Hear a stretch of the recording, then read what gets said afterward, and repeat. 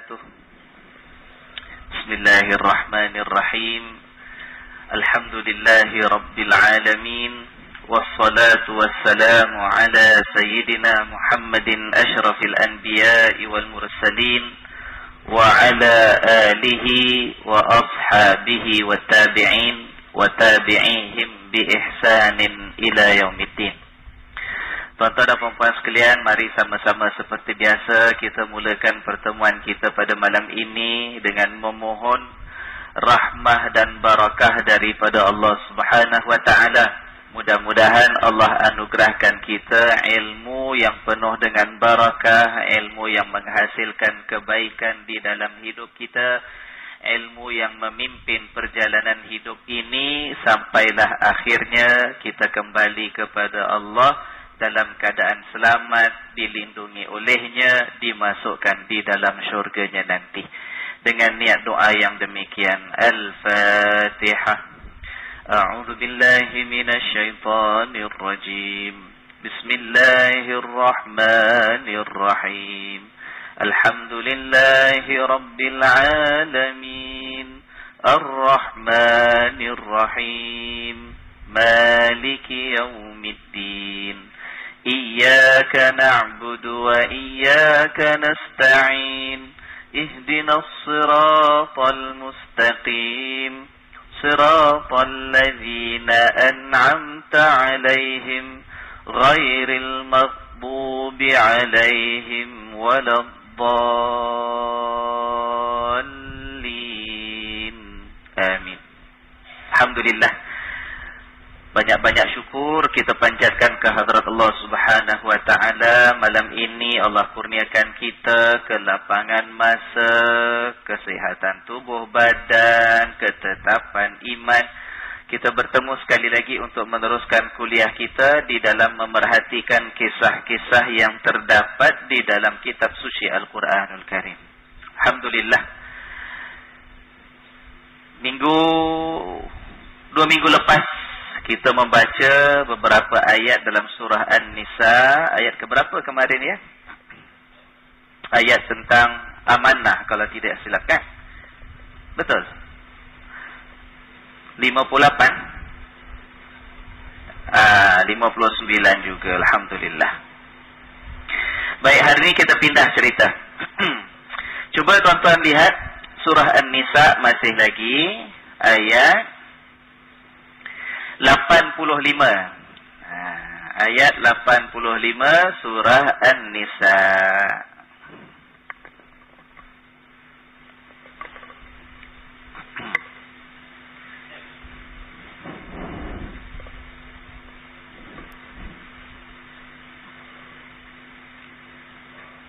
Ada? Ayat yang bermula dengan kalimah may yashfa'. Ada tak? Alhamdulillah. Baik. Ayo kita perhatikan bersama, mudah-mudahan kisah yang terkandung di sebalik ayat ini ada manfaat kepada kita bersama. A'udzu billahi minasy syaithanir rajim. Man yashfa' syafa'atan hasanatan yakul lahu nasibun minha. وَمَنْ يَشْفَعْ شَفَاعَةً سَيِّئَةً يَكُنْ لَهُ كِفْلٌ مِنْهَا وَكَانَ اللَّهُ عَلَى كُلِّ شَيْءٍ مُقِيتًا وَإِذَا حُيِّيتُمْ بِتَحِيَّةٍ فَحَيُّوا بِأَحْسَنَ مِنْهَا أَوْ رُدُّوهَا إِنَّ اللَّهَ كَانَ عَلَى كُلِّ شَيْءٍ حَسِيبًا الله لا إله إلا هو ليجمعنكم إلى يوم القيامة لا ريب فيه ومن أصدق من الله حديثا صدق الله العظيم. Yang bermaksud man yashfa', man siapa siapa? Yashfa' yang memberikan syafaat. Syafa'atan hasanah, memberikan syafaat yang hasanah. Apa makna hasanah? Yang baik. Yakun lahu nasibun minha, maka dia akan dapat bahagian daripada syafaat yang baik itu. Wa man yashfa', dan barang siapa yang memberikan syafaat, syafa'atan sayyi'ah, syafaat yang apa? Buruk. Sayyi'ah lawan hasanah. Hasanah baik, sayyi'ah buruk. Jadi kalau ada dapat anak kembar, jangan nama satu hasanah, satu sayyi'ah. Nama Quran Ustaz, jangan.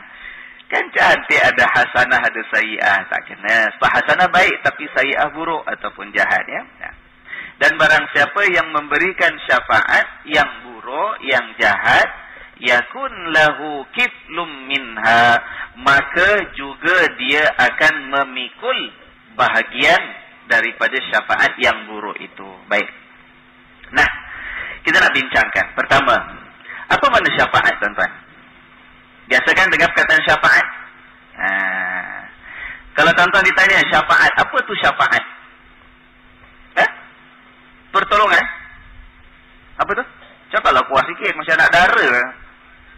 Syafaat Nabi Muhammad sallallahu alaihi wa alihi wasallam. Itu biasa kita dengar syafaat Nabi. Selain daripada Nabi, siapa lagi yang dapat peluang untuk berikan syafaat? Al-Quran akan berikan syafaat kepada ahlinya. Lagi, puasa juga akan nanti pada hari akhirat dapat memberikan syafaat kepada orang yang mengamalkan dan melaksanakannya. Anak-anak akan dapat beri syafaat yang diizinkan oleh Allah, akan dapat memohonkan syafaat kepada orang tuanya. Itu antara syafaat. Tapi persoalan saya ialah, pertanyaannya, syafaat itu apa? Syafaat Nabi, syafaat Quran, syafaat puasa, syafaat orang apa ni, anak-anak untuk orang tua.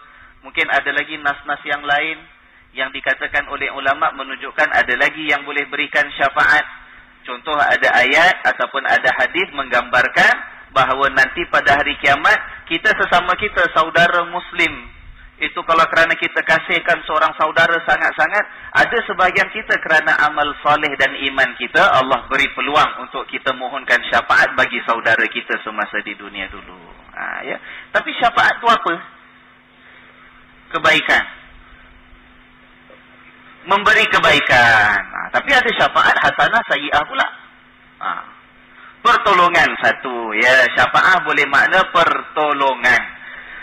Kalau kita menolong seseorang, dalam bahasa Arab tu boleh dinamakan sebagai syafaat ataupun syafaat. Jadi, kalau itulah maksudnya, ayat ini boleh kita ertikan, barang siapa yang menghulurkan pertolongan yang baik kepada seseorang, maka dia akan dapat bahagiannya juga. Itu satu pengertian. Syafaat juga kalau kita lihat, dalam konteks ataupun kisah tadi, Nabi itu ada syafaatnya, Quran ada syafaatnya, puasa ada syafaatnya, anak sebahagiannya diizinkan oleh Allah untuk mohonkan syafaat kepada orang tua. Maknanya menjadi orang tengah yang memohon kepada pihak yang satu untuk memberikan kebaikan kepada pihak yang datang kepadanya tadi. Dia jadi orang tengah lah. Macam sebagai contoh ya tuan-tuan, sebagai contoh. Kalau ada di antara tuan-tuan ni ingat perlukan minta bantuan dari masjid lah. Mungkin ada kesempitan.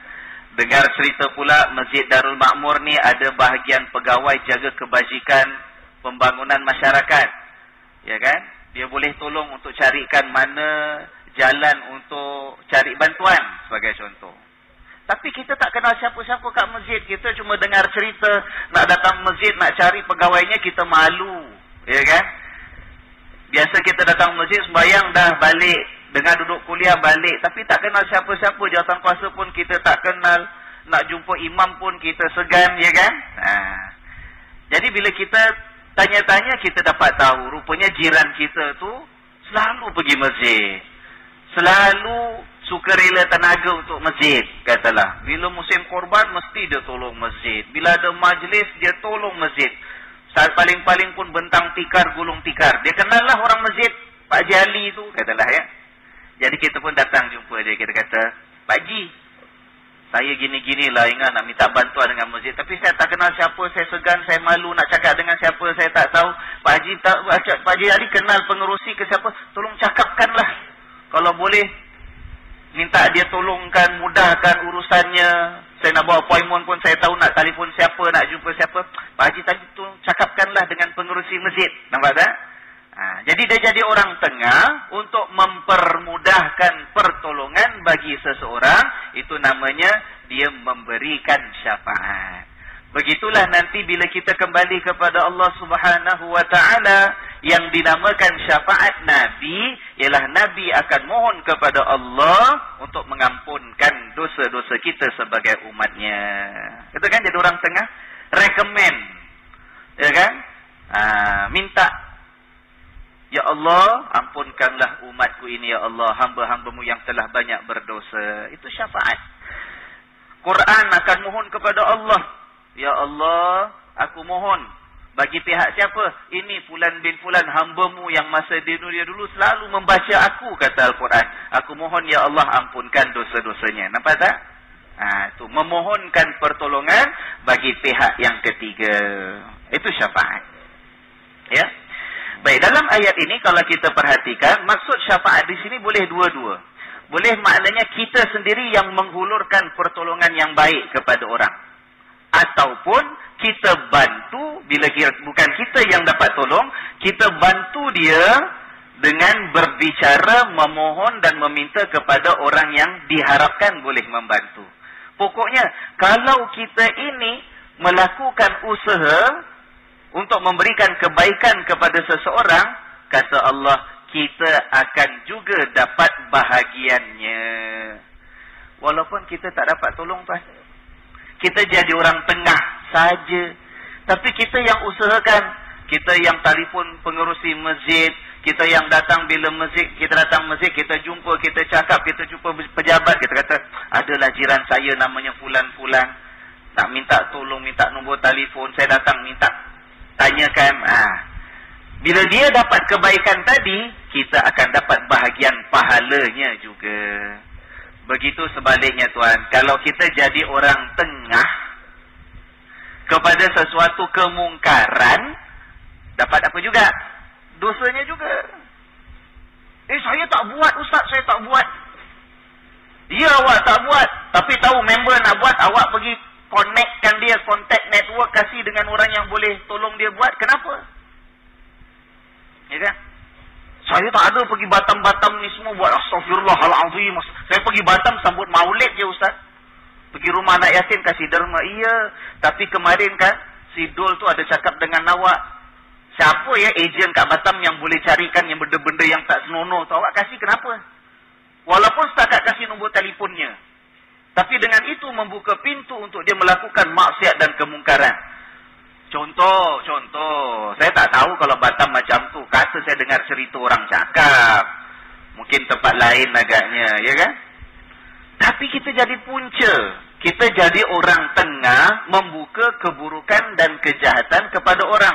Maka kita akan memikul dan menanggung dosanya juga. Na'udzubillah. Sebab itu jadi orang Islam, kita ni jadi biarlah orang yang, kata orang tu, change agent kepada kebaikan. Kita jadi sebab memudahkan orang dapat kebaikan.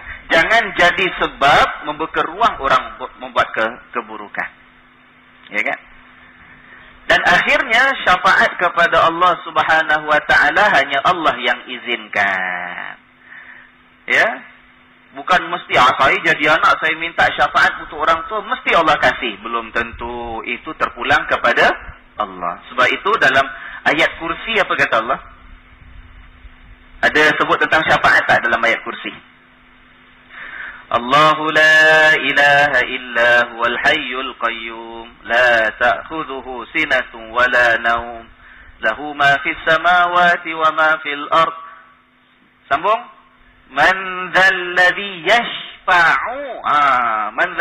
yashfa'u indahu illa biiznih.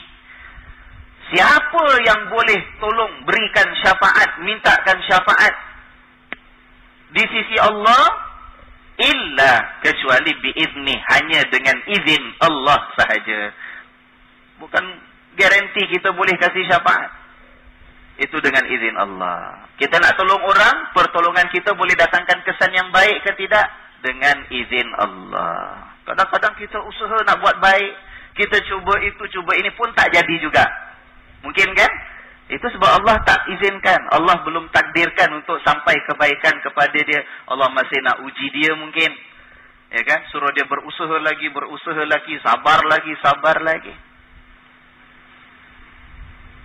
Nah, di sini ada satu kisah. Kisah ini bukan kisah sebab turun ayat ini, tidak.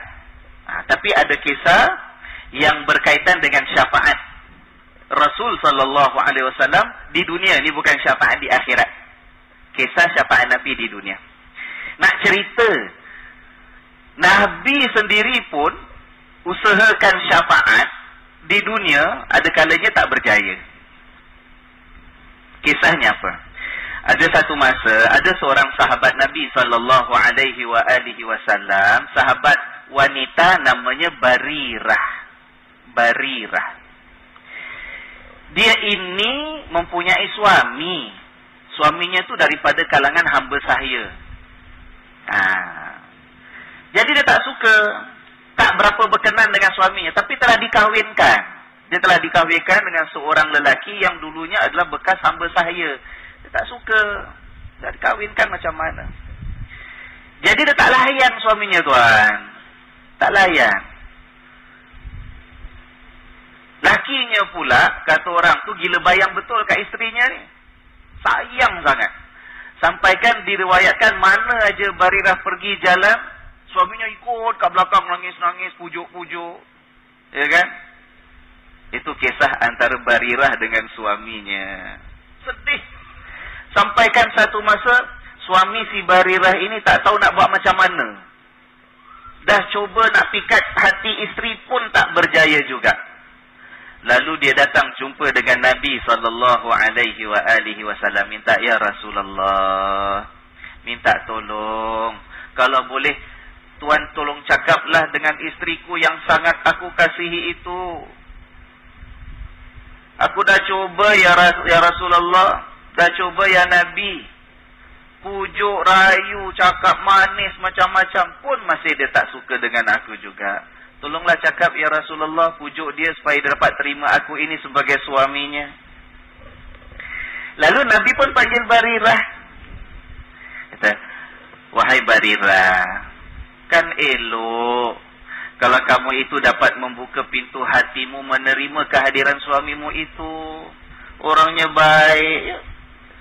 Nabi sarankan, Nabi anjurkan, Nabi recommend. Itu kan jadi orang tengah kan? Itu Nabi jalankan syafaatnya. Ya kan? Pujuk Barirah, kalau bolehlah Barirah, janganlah jual mahal sangat. Kalau bahasa kita ya, bahasa kita. Terimalah suamimu itu. Lalu Barirah jawab satu je dengan Nabi. Dia tanya kepada Nabi, ya Rasulullah, adakah yang kamu pinta ini merupakan satu arahan kepadaku? Satu perintah? Tanya. Ya Rasulullah, is this an instruction that you ask me to do? Nabi kata, tidak, aku tak paksa, aku tidak perintahkan, aku tak arahkan. Ini cuma satu permintaan, kata Nabi. Lalu Barirah kata, kalau macam gitu, aku tetap tidak mau. Tak boleh tuan. Syafaat Nabi tak jalan. Bagi Barirah, seorang mukminah yang beriman dengan Nabi SAW, kalau itu perintah, Nabi suruh mesti buat. Ya kan? Tapi dia tanya Nabi, ya Rasulullah, ini perintah ke? Nabi kata, tak. Ini cuma satu permintaan untuk kamu pertimbangkan. Dia kata, ya kalau gitu aku tak nak, ya Rasulullah. Memang aku tak suka. Begitu sekali. Nak cerita, syafaat Nabi pun belum tentu berjaya. Semuanya dengan izin siapa? Allah Subhanahu wa ta'ala. Ya. Dan begitu sebaliknya kita katakan tadi, kalaulah syafaat jadi orang tua itu dalam bentuk sesuatu keburukan, maka akan menanggung juga dosanya. Tuan-tuan ya, seorang tabi'in yang namanya Masruq rahimahullah, dia itu cukup memahami betapa menjadi orang tengah cuba mengusahakan kebaikan kepada seseorang itu ganjaran pahalanya besar di sisi Allah Subhanahu wa taala. Satu masa dia setuju jadi orang tengah, mohonkan recommendation syafaat kepada seorang yang minta bantuan dia. Jadi bila dia recommend, macam mana dia cakap dengan gubernur ke, dengan pemerintah ke, dengan khalifah ke, dengan orang kaya ke, saya tak tahu ceritanya yang detail. Pokoknya dia dah bantu, dan orang yang minta bantuan tu akhir dapat yang dihajatkan. Alhamdulillah. Berdasarkan kepada recommendation si Masruq ini. Lalu kemudian dikasih hadiah. Ya kan? Contoh macam kita, ingat saya ingat dah buka kantin lah kat factory tu, ya kan? Factory baru. Awak jadi manager mana-mana, cuba cakap lah dengan management, senior management, cuba recommend saya. Awak tahu saya kalau masak capati sedap. Ya kan? Bukan. Jadi manager tadi kawan dia cakap dengan senior management of the factory. Akhirnya senior management terima dia punya permintaan. Ambil dia, tender dia berjaya. Dia dapat gerai satu, buka kedai capati. Katalah ya. Kan suka kan? Kita kalau kawan dah tolong, dah recommend, alhamdulillah kita dapat, sebagai penghargaan kita kasih hadiah. Biasa tak? Biasa, ya kan? Jadi dalam kisah Masruq, kawan yang dapat tadi, dia kasih hadiah. Hadiah apa? Dia hadiahkan seorang hamba wanita. Wah, tepat hamba wanita. Tuan-tuan nak tahu apa ceritanya? Masruq jadi marah. Dan Masruq mengatakan, kalau aku tahulah daripada awal niatmu begini sekali nak kasihkan hadiah ganjaran, nescaya daripada awal aku tak nak tolong. Begitu sekali. Kenapa ya? Sebab apa yang dikatakan oleh Allah Subhanahu wa taala dalam ayat ini, memberikan syafaat yang baik, mestilah syafaat yang tidak mengharapkan imbalan dan hadiah daripada orang yang meminta. Mesti niatnya menolong kerana Allah. Ini saudara, orang yang berhajat, ada keperluan, saya boleh jadi orang tengah, saya boleh sampaikan hajat, saya boleh cakapkan, saya tolong. Ikhlas kerana Allah Subhanahu wa taala. Jadi orang tengah ini, macam ditunjukkan oleh Masruq, boleh membuka pintu bahaya kalau diharapkan ganjaran. Sebab jadi orang tengah ni, dia ada connection, ada kontak sana, ada network sana, network sini, kontak sana, kontak sini. Kalau dalam amalan dia, kebiasaannya, tolong orang, jadi orang tengah dengan mengharapkan sesuatu ganjaran dan balasan, dia akan buka pintu bahaya. Pintu apa? Pintu rasuah. Dia akan buka pintu rasuah. Satu tuan-tuan kalau rujuk, siapa yang ada kitab, sebagai contoh kitab Tafsir Al-Azhar, karangan almarhum Profesor Hamka. Cuba cari ayat ini, lihat antara huraian dia datangkan sepotong hadis daripada Nabi SAW yang maksudnya ialah, barang siapa yang memberikan syafaat dengan mengharapkan sesuatu hadiah ganjaran, maka dia telah membuka salah satu daripada pintu-pintu dosa besar. Bahaya kan? Sebab bila kita ada connection, kita ada pengaruh, kita ada influence, kita kenal orang dalam, kita kenal orang yang boleh buat sesuatu yang diperlukan oleh seorang sahabat kita, tapi bila kita ada niat ni, kalau aku tolong aku dapat ganjaran, sebab nak dapatkan ganjaran itu akan mendorong kita untuk tidak jujur dan tidak telus dalam mengusahakan sesuatu yang dihasratkan oleh sahabat kita itu tadi. Dibimbangi kerana nakkan ganjaran dunia, sampaikan kalau bukan hak yang dia boleh terima pun kita akan cuba untuk kasih dia juga, padahal dia tak berhak untuk dapat. Pasal kita nak dapat ganjaran. Tapi kalau niat kita kerana Allah, insya-Allah tak ada kita akan buat benda-benda yang dilarang oleh Allah Subhanahu wa taala. Dan sesuatu yang berlaku banyak daripada dulu, sepanjang zaman sampai zaman kita ini. Orang yang jadi orang tengah, hati-hati. Lain kalau sebagai perniagaan. Perniagaan lain. Kalau perniagaan ni kita usaha, katalah kita jadi broker. Ya kan? Broker lain. Broker bukan minta syafaat sebab orang nak minta tolong. Tak. Broker ni sebab orang berniaga. Ya kan? Saya ada kedai. Saya nak jual katalah beras ke kedai runcit barang-barang ni. Ya kan? Tapi supplier barang-barang yang saya harapkan ni suppliernya katalah luar Singapura. Saya tak ada connection. Jadi kerana perniagaan saya cari orang yang boleh provide servis itu. Boleh sediakan khidmat tadi. Baiklah saya lantik awak. Ni kontrak kita. Awak dapatkan bekalan daripada Thailand.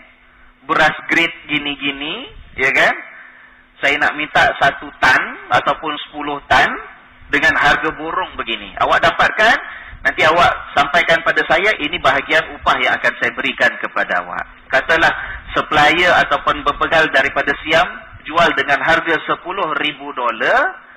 broker itu dapatkan, broker itu sampai pada kita bayar broker $20,000. $10,000 harga beras, $10,000 untuk khidmat dia. Kita bayar $20,000. Dah kita punya, kita jual 1 kilo, habis 1 tan tadi kita dapat jual harga semua sekali $40,000. Kita buat untung berapa? $20,000. Nah, jadi orang tengah macam gini broker boleh ke tak boleh? Boleh, tak ada masalah. Itu perniagaan. Ya kan? Kita bukan mengharapkan bantuan, tidak. Tapi yang kita cerita tadi, ialah kalau orang harapkan bantuan. Daripada seorang yang boleh berikan bantuan, minta tolong kita. Itu tidak boleh sampai kita letakkan syarat ataupun kita punya niat minta balasan hadiah daripada dia. Nabi dah ingatkan, itu membuka salah satu pintu daripada pintu-pintu dosa besar. Bila orang tak faham itulah jadi rasuah.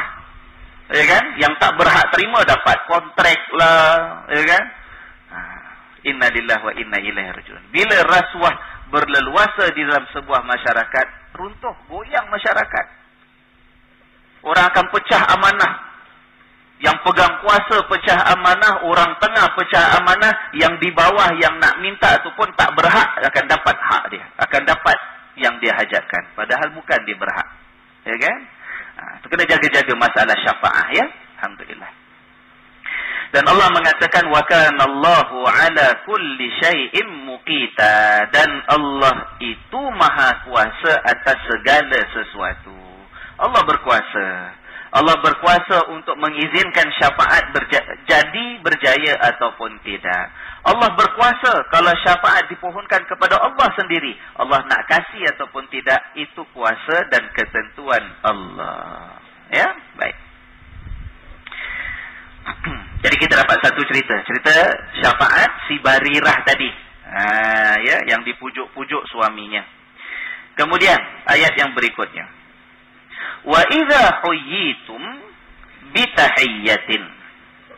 Sekiranya kamu itu diberikan ucapan hormat. Bitahiyyatin, dengan sesuatu ucapan hormat. Tahiyyah.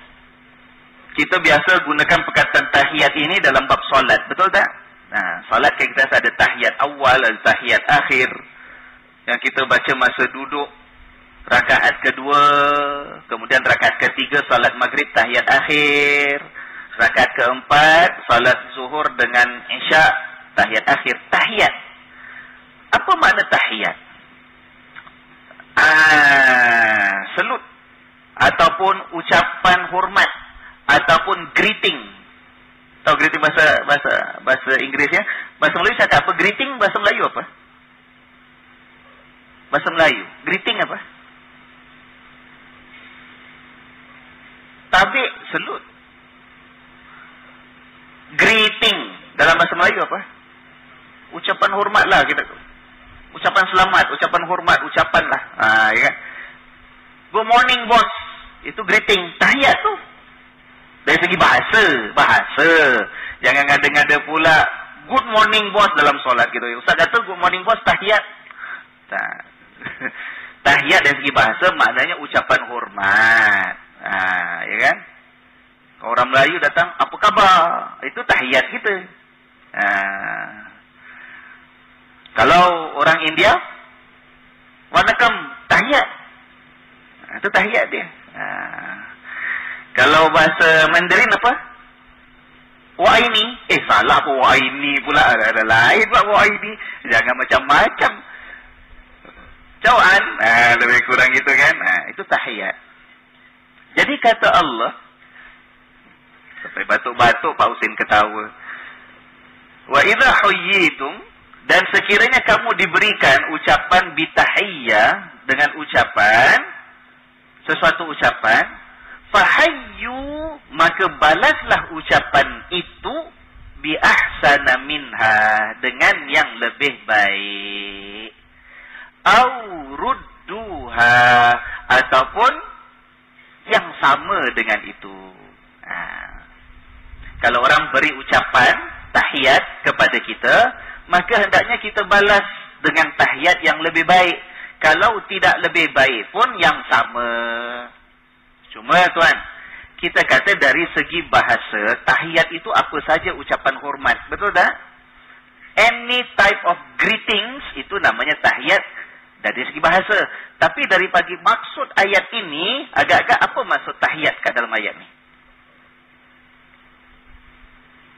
Apa maksud tahiyat dalam ayat? Kalau kamu diberikan ucapan tahiyat, maka jawablah dengan tahiyat yang lebih baik ataupun yang sama dengan tahiyat itu. Apa maksud tahiyat ayat ni? Ucapan salam. Sebab ucapan salam itu tahiyat orang beriman. Ya kan? Jadi maksud Allah Subhanahu wa taala, kalau ada orang beri salam kepada kita, Allah perintahkan, jawablah dengan yang lebih baik.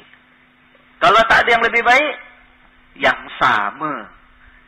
Tidak beradab seorang mukmin kalau orang beri salam kepada dia, dia jawab dengan ucapan salam yang kurang daripada yang berikan salam tadi. Nah, kisah satu masa Rasulullah sallallahu alaihi wasallam didatangi seorang lelaki. Maka dia kata, "Assalamu alayka ya Rasulullah." Assalamu alayka. Kenapakah bukan assalamualaikum? Kalau satu orang lelaki, kita boleh kata assalamu alayka. Ka maknanya awak seorang. Tapi biasa kita dekat assalamualaikum, senang. Sebab lelaki ke perempuan ke seorang ke ramai ke, kum tu boleh cover semua. Boleh liput semua. Dia seorang pun boleh pakai assalamualaikum. Dia lelaki boleh, dia perempuan boleh, dia ramai boleh assalamualaikum. Kan senang? Tapi kalau orang faham bahasa Arab, terpulang dia. Kalau lelaki seorang, assalamu alayka. Dia seorang perempuan, assalamu alayki. Dia dua orang, assalamu alaikuma. Susah lah Ustaz, otak tempe nak ingat bahasa Arab susah. Ya kan? Tak apa. Tapi dalam kisah tadi nak jadi cerita, sahabat datang jumpa Nabi, seorang lelaki, dia kata, assalamu alayka ya Rasulullah. Lalu Nabi jawab, wa alaikassalam wa rahmatullah. Nampak tak? Jawab lebih baik. Yang dimulakan dengan assalamu alayka, Nabi kata wa alaikassalam wa rahmatullah. Kemudian lepas tu ada lelaki kedua datang. Jumpa dengan Nabi, dia beri salam, assalamu alayka ya Rasulullah wa rahmatullah. Ada tambah wa rahmatullah. Macam kita kata assalamualaikum wa rahmatullah. Nabi pun jawab, wa alaikassalam wa rahmatullahi wa barakatuh. Okey? Nah, datang orang ketiga.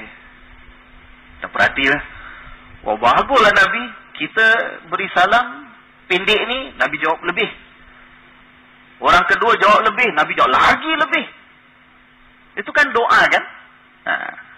Jadi datang orang ketiga kata dengan Nabi, assalamu alayka ya Rasulullah wa rahmatullahi wa barakatuh. Macam mana nak jawab?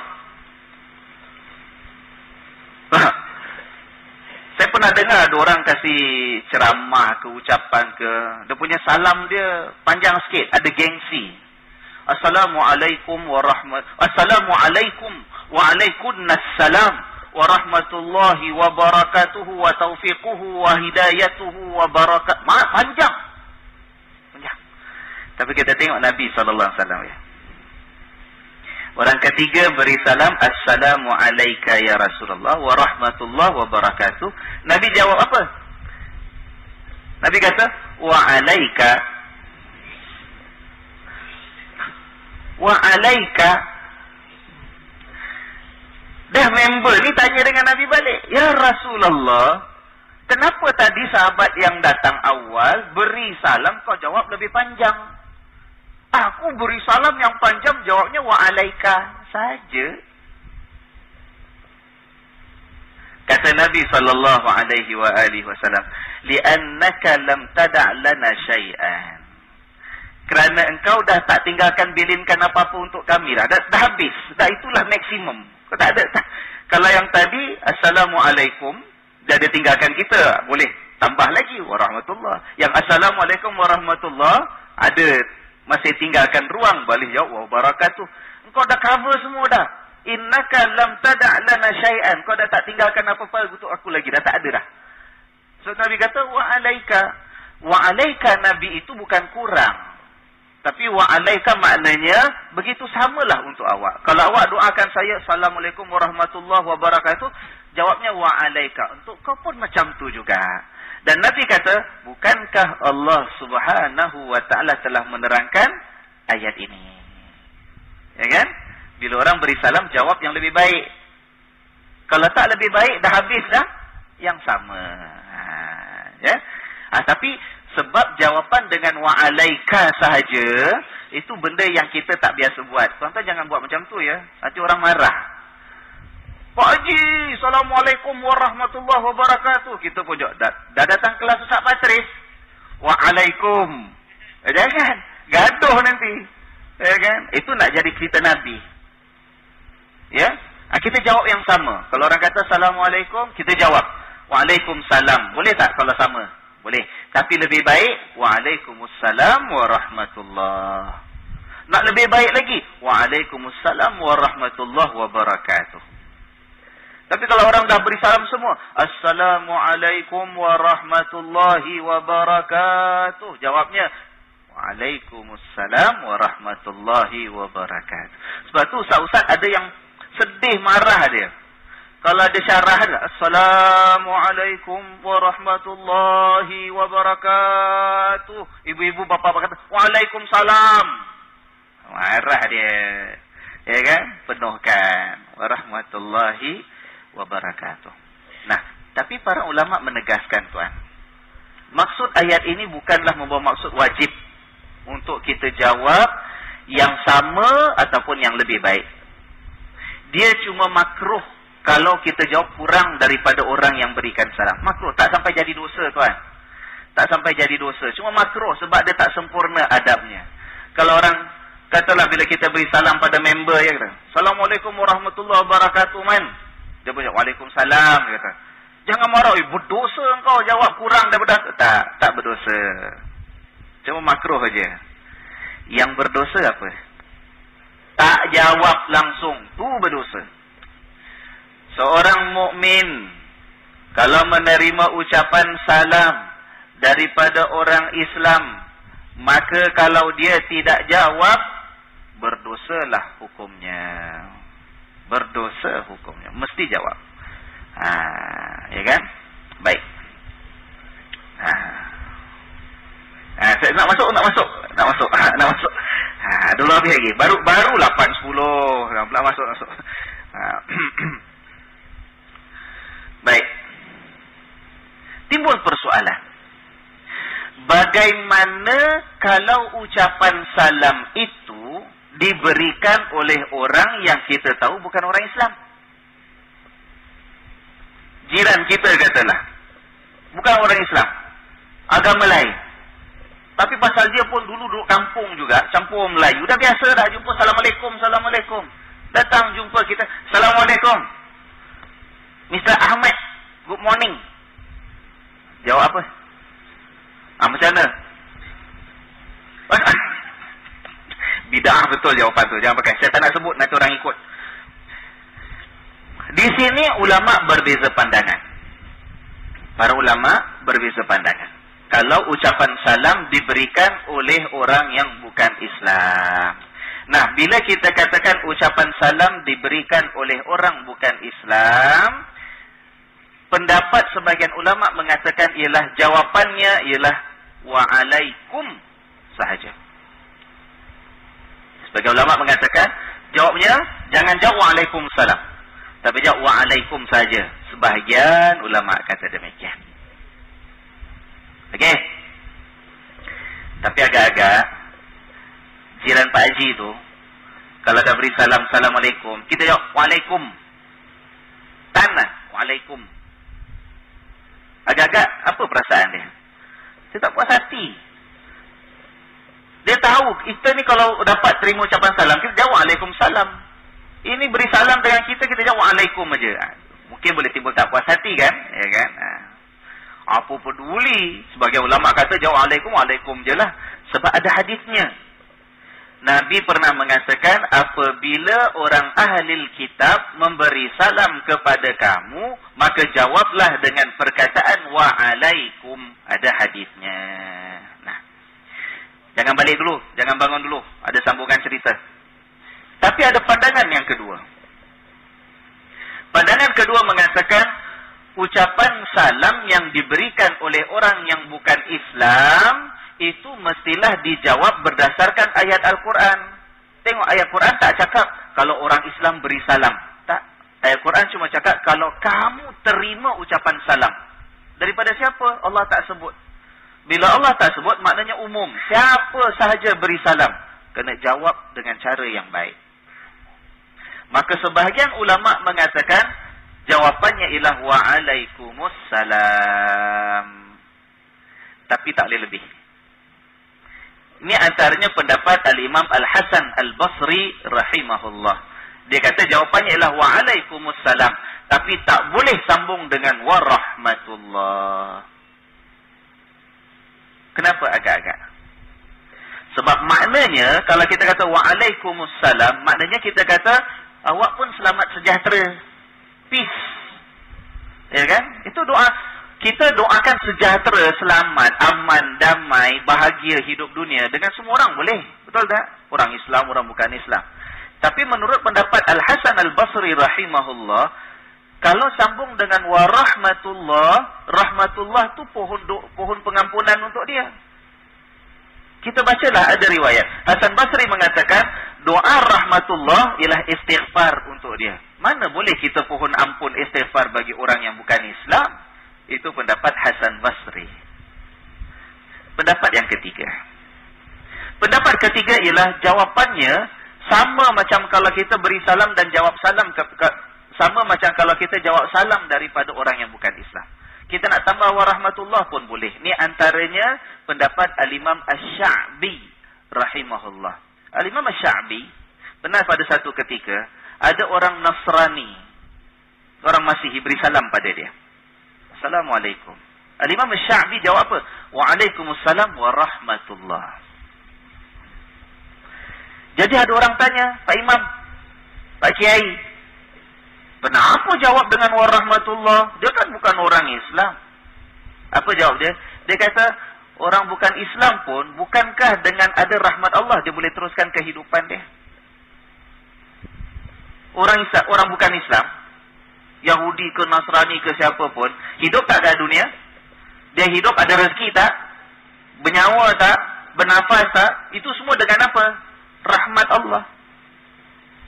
Jadi saya bila cakap tu, saya menyatakan satu hakikat dan fakta bahawa engkau pun sejahtera, engkau pun dapat rahmat Allah. Dengan rahmat Allah engkau boleh hidup. Itu pendapat Al-Imam Asy-Sya'bi. Sebab dia tidak menafsirkan rahmatullah sebagai istighfar. Nampak tak? Imam Hasan Basri menafsirkan warahmatullah sebagai istighfar. Nampak? Persoalan ialah, timbul persoalan. Kita kata yang pertama kata tak boleh. Jawabnya cuma wa'alaikum saja. Betul tak? Sebab ada hadis Nabi menyebut kalau ahli kitab beri salam jawab wa'alaikum. Kenapa ada sebagian ulama kata boleh pula wa'alaikumussalam? Ada sebagian ulama kata boleh wa'alaikumussalam warahmatullah. Nabi kan dah pesan jawab dengan wa'alaikum saja. Pandai-pandai ke ulama-ulama ni? Langgar perintah Nabi ke? Lawan cakap Nabi ke? Dia tak lawan, tapi dia faham berbeza. Apa faham berbeza?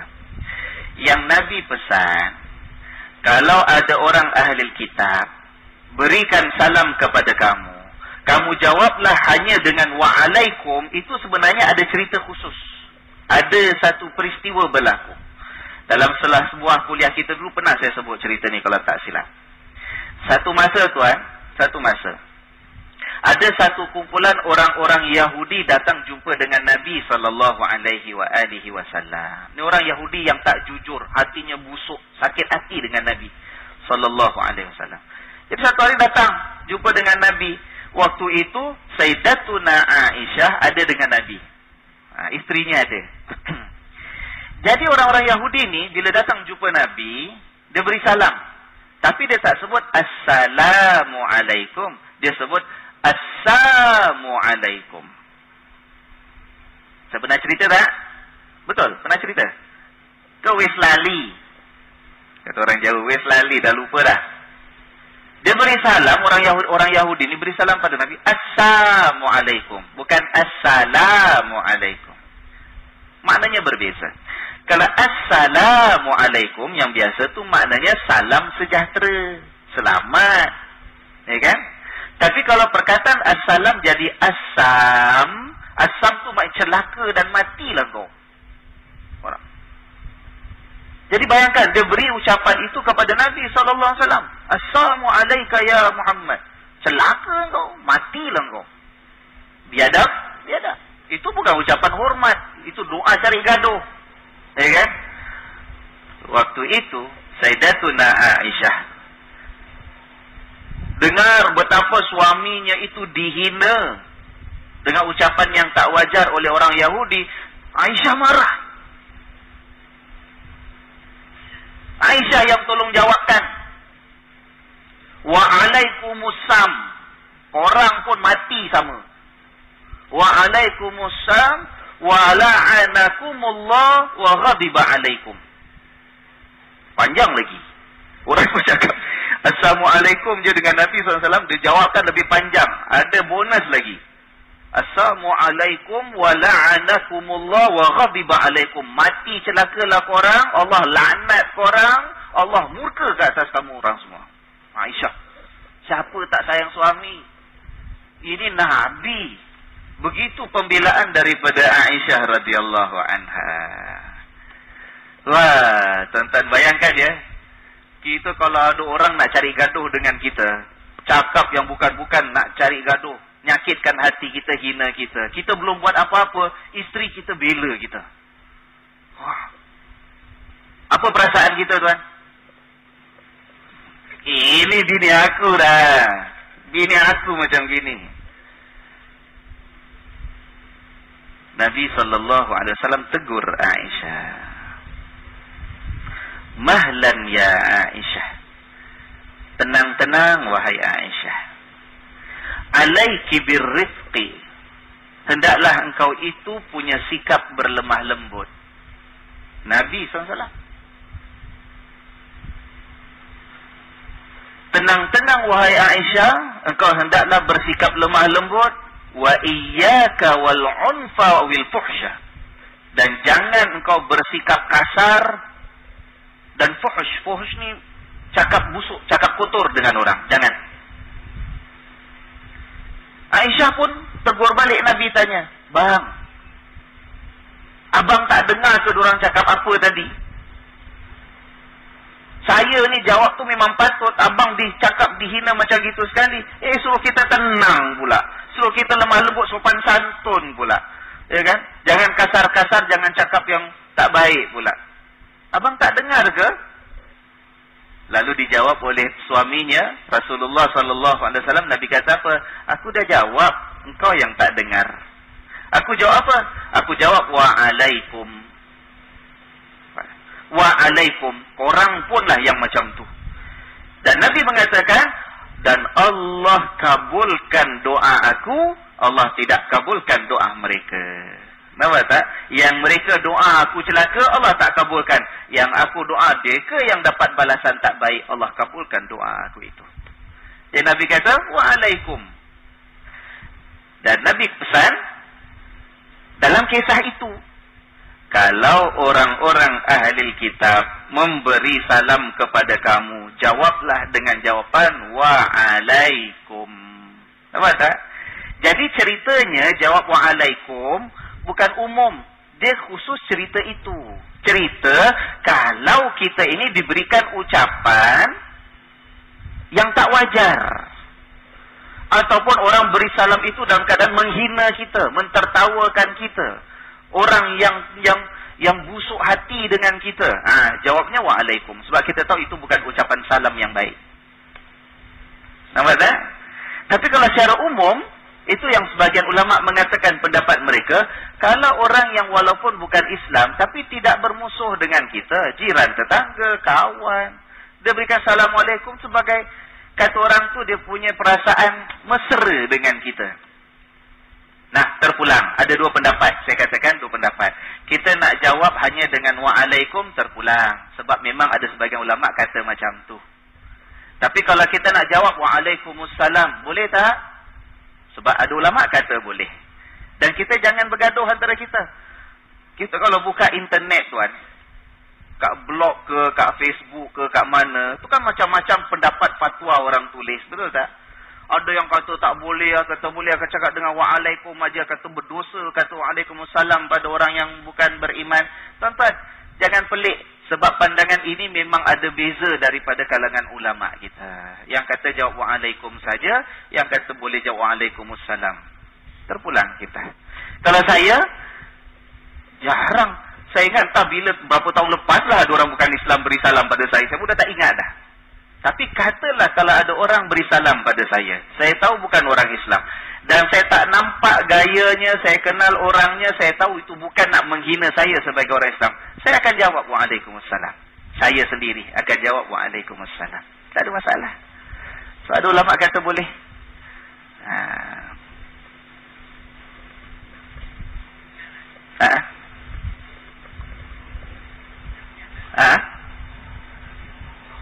Okey, nanti. Itu beri salam kepada yang tak ada orangnya. Tu nanti dulu. Sabar. Baik. Yang kita bincang tadi itu, yang kita bincang, ulama mengatakan jawab wa'alaikum ke, wa'alaikumussalam ke, boleh tambah warahmatullah ke, itu yang khilaf, beza pandangan. Itu kalau ucapan salam daripada orang bukan Islam yang tidak memusuhi kita. Kalau yang memang musuh dengan kita, dia kena balik hukum dengan cerita orang Yahudi tadi. Itu semua orang sepakat. Itu semua ulama sepakat. Kalau musuh orang yang bukan Islam, tiba-tiba beri salam pada kita. Ya kan? Jawab wa'alaikum aja. Jangan nak gada-gada. Dia musuh, dia benci kita, dia kutuk kita, dia hina kita, dia sakitkan hati kita. Beri salam, kita nak jawab wa'alaikumussalam. Ngada-ngada namanya. Ya kan? Tapi kalau yang biasa tak ada masalah dengan kita. Kan? Waalaikumsalam, tak ada masalah. Baik. Persoalan yang berikutnya ialah, bila kita masuk, kita beri salam ini ya, merupakan satu perkara yang sangat-sangat dianjurkan dalam agama Allah Subhanahu Wa Taala. Antara yang akan menyebabkan kita masuk syurga ialah kita banyak mengucapkan salam dan kita menjawab salam. Itu namanya afsyus salam, sebarkan salam di antara kamu. Kata Nabi SAW, la tadkhulul jannata hatta tu'minu, wa la tu'minu hatta tahabbu. Afala adullukum ala syai'in idza fa'altum tahabbtum afshus salama bainakum. Kamu tak akan masuk syurga sehinggalah kamu beriman. Kamu tak dikira beriman sehinggalah kamu berkasih sayang terlebih dahulu. Kamu mau aku beritahu bahawa ada satu perkara yang mana kalau kamu lakukan, kamu akan berkasih sayang di antara kamu? Maka kata Nabi, afshus salama bainakum. Sebarkan salam di antara kamu. Sebarkan salam akan menumbuhkan kasih sayang. Kasih sayang akan mengukuhkan iman. Iman yang kuat menjadi sebab kita masuk dalam syurga. Ya kan? Sampaikan jawab salam itu menjadi satu kewajipan. Begitu sekali. Ya kan? Baik, tapi kalau kita sampai ke satu tempat tak ada orang. Kalau ada orang beri assalamualaikum, Nabi kata orang yang menunggang kenderaan yang sepatutnya beri salam kepada orang yang berjalan. Sebab tu kalau tuan-tuan nak tanya orang, katalah drive kereta ke naik motor, jumpa orang tepi jalan, nak tanya ni pergi Gelang belok kanan ke belok kiri, Siapa patut beri salam dulu pada siapa? Yang dalam kenderaan, beri salam kepada yang berjalan. Yang berjalan, kata Nabi, patutnya beri salam kepada orang yang duduk. Kita jalan, nak masuk masjid, ada orang tengah duduk kat tepi pagar, ya kan? Ngobrol-ngobrol, sembang-sembang, halau nyamuk, ya kan? Siapa beri salam pada siapa? Halau nyamuk. Cuba niat baik sikit. Ya kan? Siapa beri salam pada siapa? Yang jalan beri salam pada yang duduk ke? Yang duduk beri salam pada yang jalan? Sebaik-baiknya yang jalan itu beri salam kepada yang duduk. Yang muda dengan yang tua, siapa beri salam patutnya pada siapa? Yang muda beri salam pada yang tua. Tapi Nabi SAW tak.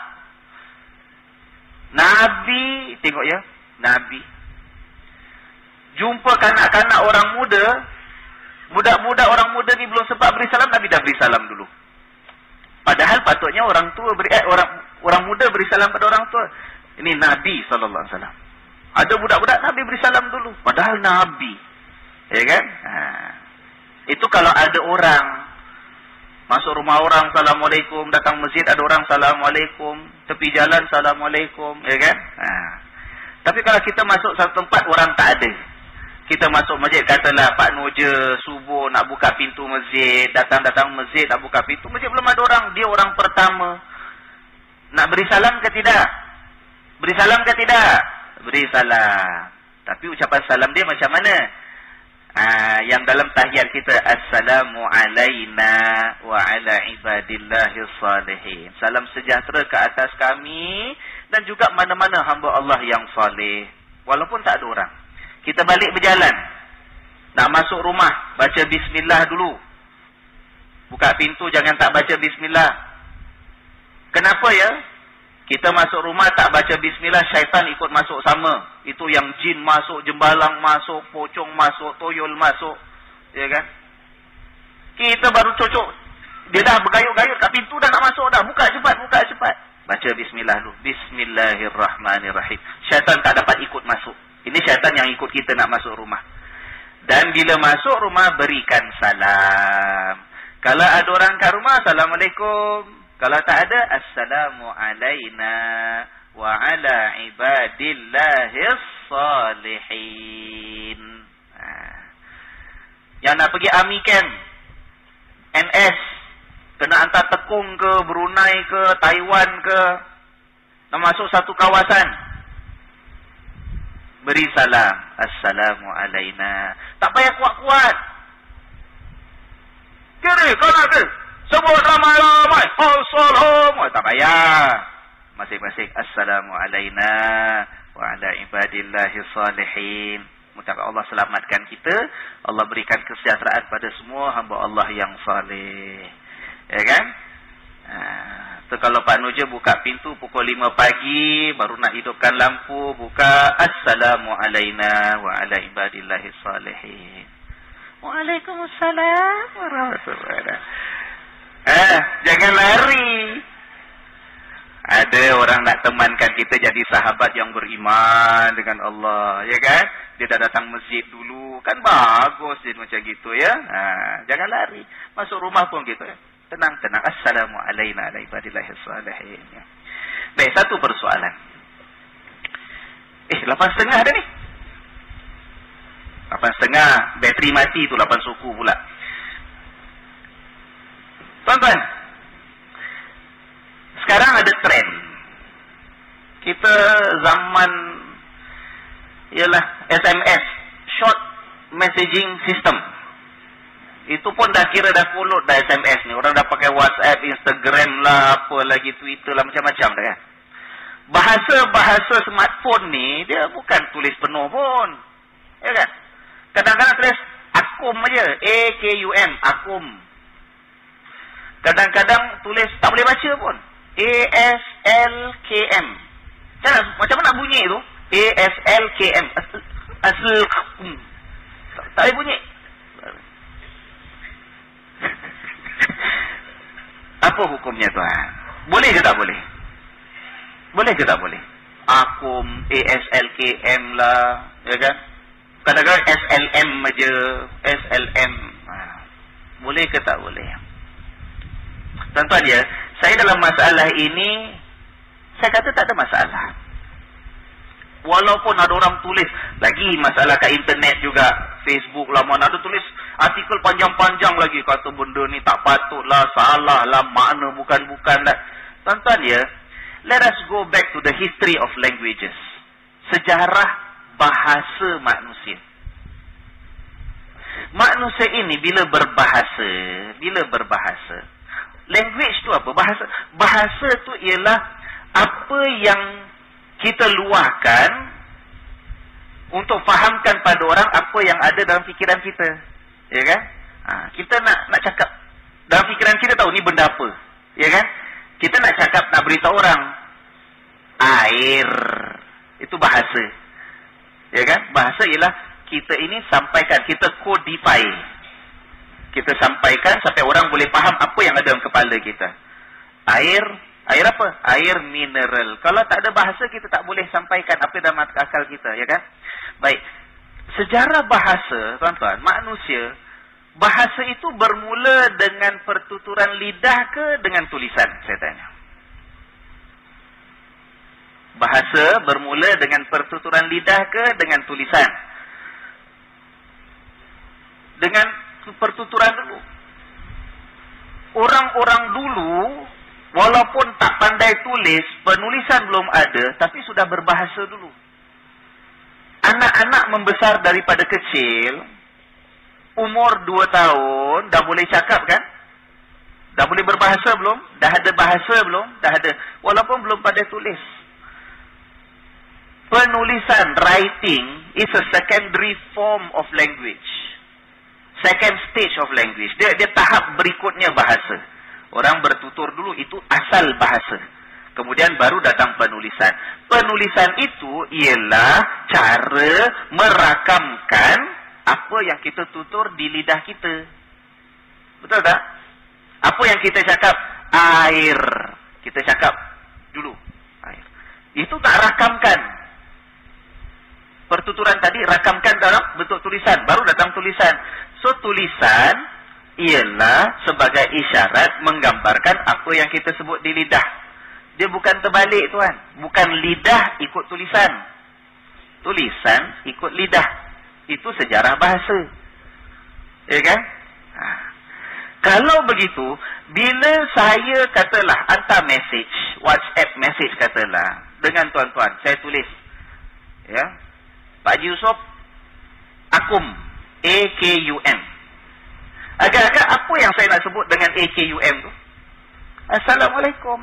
Maksud saya dengan A-K-U-M, saya nak rakamkan dalam bentuk tulisan, apa yang kalau saya jumpa in person dengan orang tu, kalau saya jumpa, ialah saya akan sebut Assalamualaikum.